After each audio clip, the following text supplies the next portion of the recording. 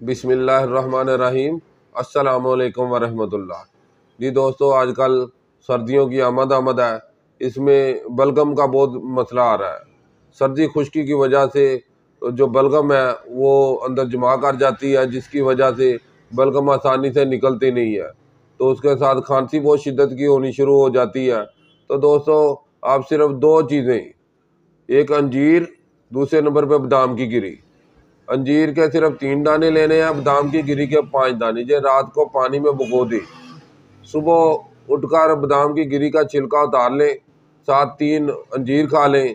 तो इंशाल्लाह ये 4 से 5 दिन आप इस्तेमाल करेंगे। अगर बलगम रेशा बन चुका है तो वो उसको आसानी से निकाल देगी, ये 2 चीज़ें। तो आगे मजीद ये है कि ये बनना रुक जाएगा इसके साथ इस्तेमाल करने से। तो साथ खट्टी और बादी चीज़ों से परहेज़ करें।